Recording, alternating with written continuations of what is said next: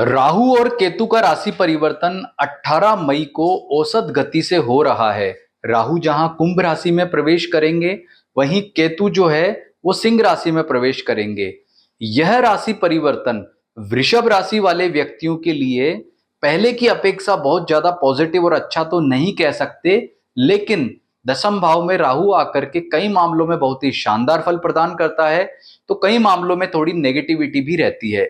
तो क्या वे अच्छे फल होंगे, क्या सावधानियां रखनी है और क्या उपाय करना है, इन सभी की चर्चा इस वीडियो में कर रहे हैं। तो सबसे पहले हमारे चैनल एस्ट्रो सुधाकर पुरोहित को लाइक, सब्सक्राइब या फॉलो करना बिल्कुल भी ना भूलें। और आपके लिए यानी वृषभ राशि वाले व्यक्तियों के लिए राहु केतु का पूरा फल कैसा रहने वाला है, ये जानने के लिए वीडियो जरूर देखना है। सबसे पहले देखिए कि वृषभ राशि आपकी जन्म राशि है या नहीं है, ये जानना चाहते हैं तो अपनी जन्म पत्रिका उठाइए। यदि आपकी जन्म पत्रिका में 2 नंबर में चंद्रमा स्थित है तो आपकी जन्म राशि वृषभ है। यदि आप ये कंफ्यूज हैं कि मैं अपनी जन्म राशि को लेकर के भ्रमित हूं, तो ऐसी स्थिति में आपको हमारा जो ये वीडियो आप देख रहे हैं, इसी के कमेंट बॉक्स में जाकर के अपनी जन्म तारीख, जन्म समय, जन्म स्थान लिख करके भेज दीजिए, लिख दीजिए, कमेंट कर दीजिए। हम आपको बताएंगे कि आपकी जन्म राशि क्या है। तो वृषभ राशि वाले मित्रों, सबसे पहले ही जानिए कि जो राहु और केतु, राहु अभी आपके 11th हाउस से ट्रांजिट कर रहा था, तो केतु आपका वर्तमान में 5वें घर से यानी कि 5th हाउस से ट्रांजिट कर रहा था। अब राहु दसम भाव में और केतु चौथे घर में ट्रांजिट करेगा। तो दसम भाव से राहु का ट्रांजिट मिश्रित फल देता है, यानी कि मिले जुले फल देता है। और ये जो राशि परिवर्तन हो रहा है, ये औसत गति के आधार पर हो रहा है, यानी कि एवरेज गति के आधार पर हो रहा है।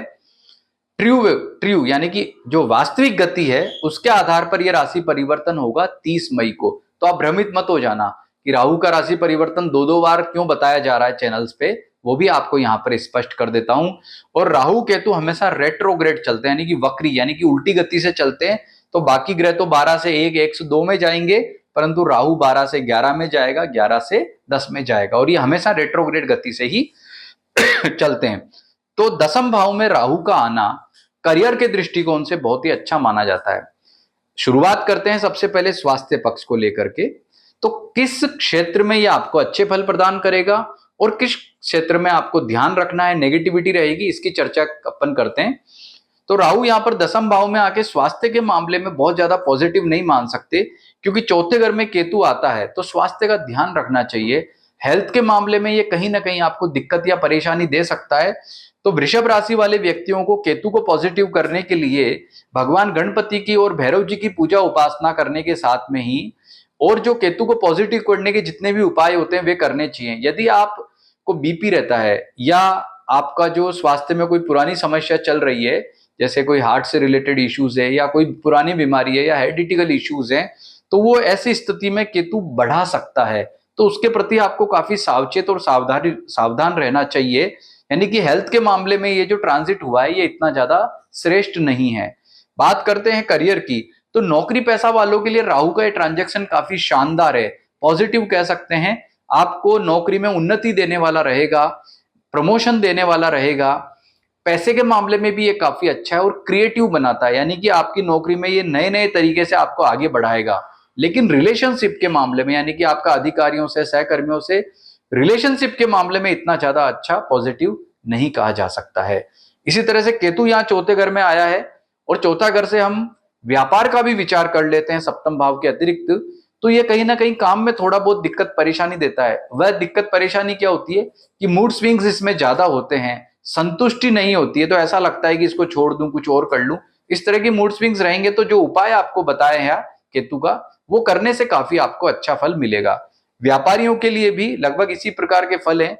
व्यापारिक लाभ के मामले में यह आपके लिए अच्छा कह सकते हैं, क्योंकि अन्य ग्रहों की स्थिति बहुत अच्छी है। गुरु आपके द्वितीय भाव से ट्रांजिट कर रहा है, सेकंड हाउस से, और शनि आपके 11th हाउस से ट्रांजिट कर रहा है। तो ये दो ग्रह जो बहुत अच्छी स्थिति में हैं, तो राहु को यहाँ कंट्रोल करते हैं, और ये आपके लिए व्यापार लाभ के दृष्टिकोण से बहुत अच्छी स्थिति बनाते हैं। तो राहु केतु ऐसा कोई विशेष दिक्कत या परेशानी देंगे ऐसा नहीं है।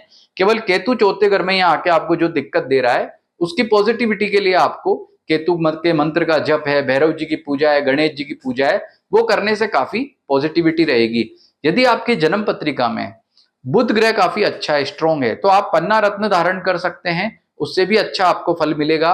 या फिर यहाँ केतु नेगेटिव चल रहा है और आपकी जन्म पत्रिका में केतु अच्छी स्थिति में कारक ग्रह है, कारक है या नहीं है, या आप हमें हमारे संस्थान में आप कॉल करके पता कर लीजिए। तो केतु की पॉजिटिविटी के लिए आप उसका रत्न होता है लहसुनिया, वो रत्न का आप धारण करके भी केतु को अच्छा कर सकते हैं। तो इससे आपका ये व्यापार के मामले में ठीक रहेगा। लेकिन रिलेशनशिप के मामले में राहु केतु इतना अच्छा नहीं है, माता पिता के साथ में आपके रिलेशनशिप को प्रभावित कर सकते हैं। वैवाहिक सुख ठीक रहेगा, वैवाहिक सुख में कोई दिक्कत नहीं है। लव लाइफ, विवाह नहीं हुआ है तो लव लाइफ को लेकर के भी कोई समस्या ये नहीं दिखाता है। लेकिन राहु केतु का जो यहाँ पर रोल है वो पारिवारिक सुख में भाई बहनों से, माता पिता से कहीं ना कहीं थोड़ी दिक्कत देता है, या फिर माता पिता की चिंता देता है। जैसे माता पिता के हेल्थ से संबंधित कोई दिक्कत या परेशानी दे दी, इन मामलों में आपको थोड़ा सावधान या सचेत रहने की जरूरत रहेगी। फाइनेंस के मामले में आपका राहु जो है यहाँ दिक्कत नहीं दे सकता, क्योंकि राहु पूर्ण दृष्टि से आपके फाइनेंस वाले भाव को लाभ जो आपका आर्थिक मामला देख रहा है, लेकिन उसमें गुरु बैठा हुआ है और शनि की काफी अच्छी पोजीशन है। शनि आपका जो है, चूंकि राहु कुंभ में है और कुंभ का स्वामी कौन हुआ, शनि, तो राहु का एक तरह से वो यहाँ पर डिस्पोजिटर का रोल कर रहा है। तो कहीं ना कहीं जो राहु की अगर कोई नेगेटिविटी होती भी है तो उसको शनि और गुरु मिलकर के कंट्रोल करते हैं, और गुरु की दृष्टि भी राहु पर पड़ रही है। तो ये सारी बातें बताती है कि आपका जो आर्थिक पक्ष है वो पॉजिटिव, अच्छा, श्रेष्ठ रहेगा। यदि आपको ऐसा लगता है कि कहीं ना कहीं राहु की वजह से दिक्कत आती है आर्थिक, तो ऐसी स्थिति में आपको भैरव जी की पूजा उपासना से राहत मिलेगी। और पन्ना रत्न भी आप पहन सकते हैं, बशर्ते शर्त यह है बुध को अच्छा करने के लिए पन्ना पहनेंगे तो राहु अपने आप कंट्रोल हो जाएगा। विद्यार्थियों की बात करें तो विद्यार्थियों के लिए राहु का यहाँ आना ठीक है, कोई दिक्कत या समस्या वाली बात नहीं है। आपकी जैसी एकाग्रता पहले थी अध्ययन में वैसी रहने वाली है, और ये आपको किसी तरह का यहाँ नुकसान भी नहीं करेगा, दिक्कत भी नहीं करेगा। कंसंट्रेशन आपकी पहले जैसी रहेगी। आपके जो भी एग्जाम्स होने वाले हैं उसमें परफॉर्मेंस भी आपका बेटर रहने वाला है। कुल मिलाकर के सार की बात कहें तो ये राहु पारिवारिक सुख के मामले में और कुछ व्यापार के मामले में, कुछ मामलों में जहां नेगेटिव है तो वहीं आपको नौकरी पैसा वालों के लिए बहुत ही पॉजिटिव रहेगा, विद्यार्थियों के लिए ठीक है।